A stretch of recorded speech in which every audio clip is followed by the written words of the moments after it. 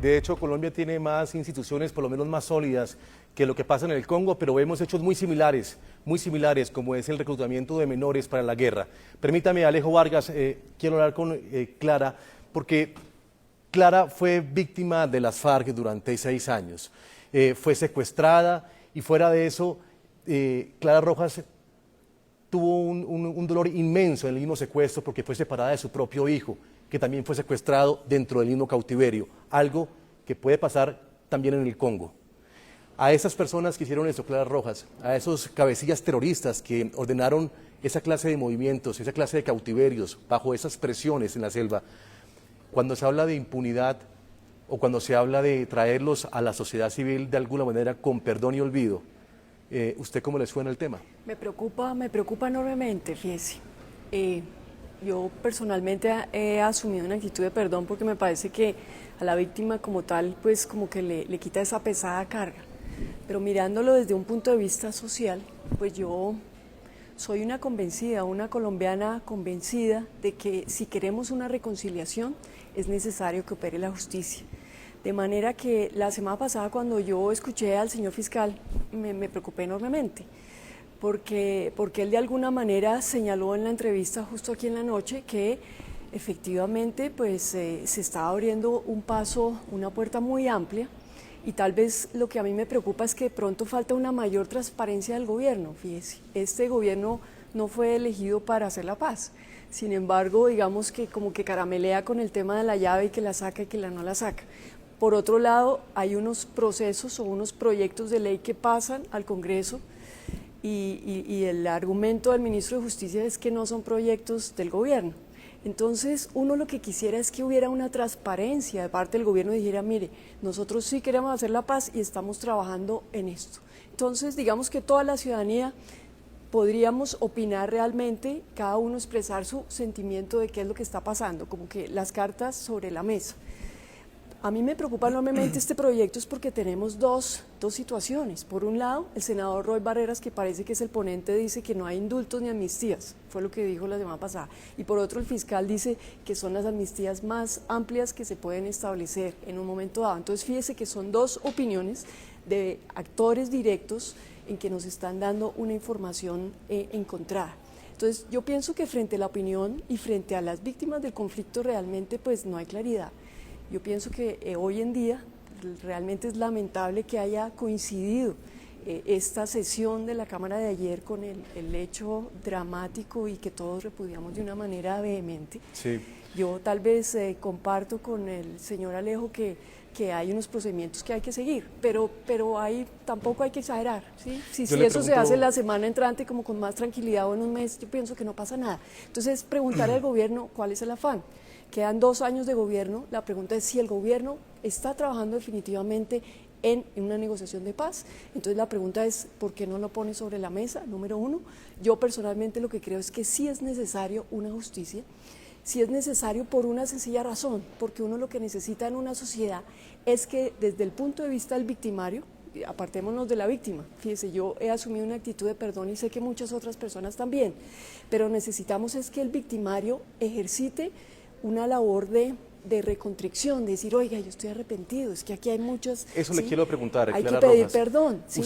a los afectados. Usted que fue víctima y que ha dicho que se separa de ese dolor de víctima, ¿ese victimario usted cree que ya está preparado para por lo menos recibir la mano que al parecer se le va a dar después de aprobar todos los trámites de este debate para un marco para la paz? Pues fíjese que no tenemos información de dónde están ni qué quieren, no tenemos una información directa de ellos. Entonces, a mí me preocupa eso enormemente. Y fíjese que ya tenemos una experiencia de un proceso que se negoció con el M-19, entonces yo creo que tenemos que aprender de ese proceso. Fíjese que todavía la sociedad no está reconciliada después de 25 años. Las víctimas en su momento no tuvieron esa capacidad de respuesta y de poder interlocutar con la sociedad para decir me duele, hasta aquí estamos de acuerdo, hasta aquí no. Eso se hizo. Hoy en día tenemos una situación que fíjese que todavía estamos haciendo un duelo que como sociedad no hemos elaborado. Yo creo que hay que aprender de eso. no por madrugar más temprano, como que amanece, ¿cómo es el Más dicho? rápido, Más sí. rápido. Entonces yo creo que si realmente apuntamos a que hay la paz, fíjese, yo soy una persona que quisiera la paz para mi hijo, no, yo la primera que quisiera la paz, pero hay maneras de hacerla. La primera es las cartas sobre la mesa, la transparencia. Yo pienso que el principio de justicia es fundamental. Eso ya, esa rueda ya está inventada. Yo no sé si ustedes recordarán el Papa Juan Pablo cuando dijo en su momento, para que haya procesos realmente de paz necesitamos que haya verdad, que haya justicia, que haya reparación, que haya este principio de no repetición. Entonces, fíjese que aquí como que nos estamos saltando los pasos, como que quieren allá pasar un proyecto rápidamente sin un debate que necesitamos como sociedad. Necesitamos saber que estamos, porque finalmente somos nosotros los que después vamos a convivir. Claro. Entonces, si nos van a imponer a un señor Timochenko en el Congreso, imagínense, por decir algo, ¿estamos nosotros preparados? Yo personalmente le diría que no estoy preparada para eso en los próximos 2 años, ¿no? Hacemos una pausa, estamos en la noche de NTN24 y estamos hablando de ese proyecto de marco legal para la paz que se abre a pasos agigantados en el Congreso de Colombia. Ya nos vemos.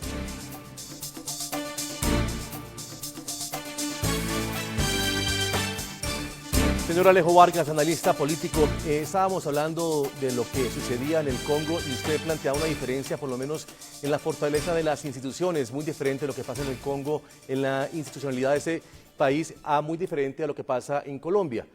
Pero vemos que en el conflicto interno hay cosas muy similares y hay cosas similares que la Corte Internacional tiene sus ojos puestos en ellos, como es involucrar a menores en el conflicto y como son violaciones masivas a los derechos humanos.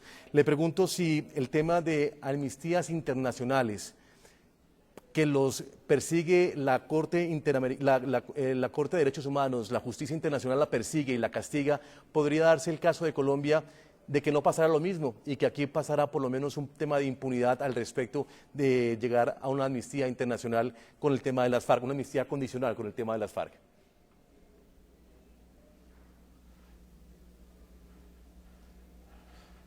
Mire, primero hay que aclarar varias cosas. Yo creo que una cosa es lo que contempla el marco jurídico para la paz, que no plantea amnistías.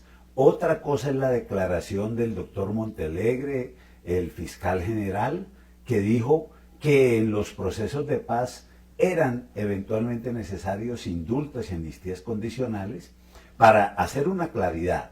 Segundo, yo creo que la Corte Penal Internacional como justicia subsidiaria solo interviene en aquellos países donde la justicia nacional no interviene. Ahora, lo que cada país debe discutir es cuál es el tipo de pena que aplica para cada sanción. Recordemos, por ejemplo, ya que estamos hablando de África, en Sudáfrica. En Sudáfrica hubo total amnistía.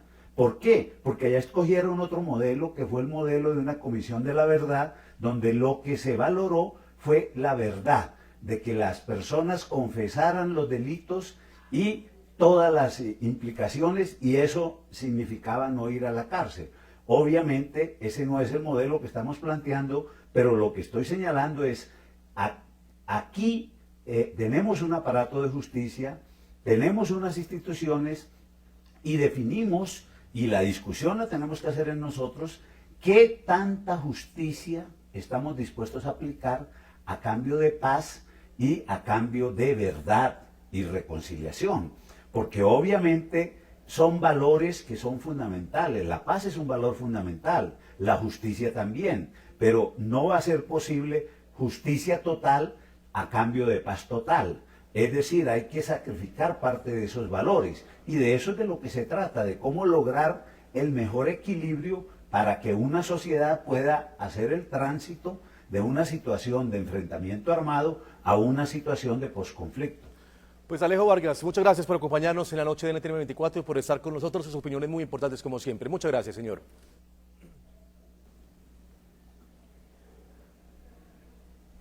Muy amable. Clara Rojas, hablamos de que algunos piensan que se puede pasar la página y que pueden haber espacios de no ver y de no oír y de no escuchar. Para las futuras generaciones se encuentren en una vida más calmada, un poco más de paz. ¿Usted qué piensa? Pues justamente pensando en ellos, fíjese, pensando en nuestros hijos. Yo creo que la democracia se fundamenta en un valor que es fundamental, que es la justicia. y a nosotros como sociedad colombiana nos ha costado enormemente en los últimos años, de manera que yo creo que es el momento de ampliar el debate, decir hasta qué punto realmente estaría la sociedad dispuesta a sacrificar todo o en parte el sistema de justicia. Yo pienso que ese debate tiene que ser abierto y para lograr evitar suspicacias, que yo creo que aquí lo que se trata es de sembrar confianza, es que realmente el presidente nos diga de frente qué es lo que pretende hacer. Entonces, así todos estamos dispuestos a entender hasta dónde quiere llegar y no estamos con esta preocupación si va a ser una amnistía totalmente abierta, si va a ser solo para los cabecillas, si va a ser para algunos de ellos, si va a ser por todos los delitos, porque incluso el fiscal, con todo respeto, alcanzó a hablar que la amnistía podía incluso ampliarse a delitos que no fueran políticos. Entonces estamos hablando de todos los delitos comunes. Alcanzó a hablar de amnistías diferenciadas, metió el tema de los militares, de los paramilitares. Entonces fíjese que metieron todo en un saco. Entonces la pregunta es más bien preguntar al presidente, ¿no? ¿Qué es lo que quiere hacer? Claramente, ¿Y qué herramientas necesita? A usted le llama la atención es que le pide al presidente de la República que hable con el pueblo colombiano y que explique verdaderamente qué consiste ese marco legal para la paz, que avanza en la parte política, pero en la parte del conocimiento del país pues se desconocen muchas cosas. Claro, yo pienso que el presidente hace las veces como un gerente de una empresa y todos los colombianos somos la asamblea y la junta directiva. Entonces, pues yo he visto los gerentes que ellos sus proyectos que quieren hacer los ponen a consideración tanto de su junta como en la asamblea y la asamblea decide aprobarle. Entonces, de manera que yo lo que creo es que necesitamos transparencia. En estos 2 años el presidente hasta dónde quiere llegar y qué necesita. Y si lo va a hacer aquí o lo va a hacer afuera o finalmente yo creo que es las cartas sobre la mesa y evitamos suspicacias y especulaciones. Clara Rojas, muchas gracias por acompañarnos en la noche de NTN24. Sus opiniones siempre muy importantes y bienvenidas aquí en la noche de NTN24. Gracias a ustedes por la invitación. A todos nuestros televidentes los invito a que envíen sus comentarios a www.ntn24.com. Escriban en Twitter, @NTN24, a Segurizati, NTN24. La noche seguirá encendiendo las luces para que usted vea el punto clave de la noticia. Buenas noches.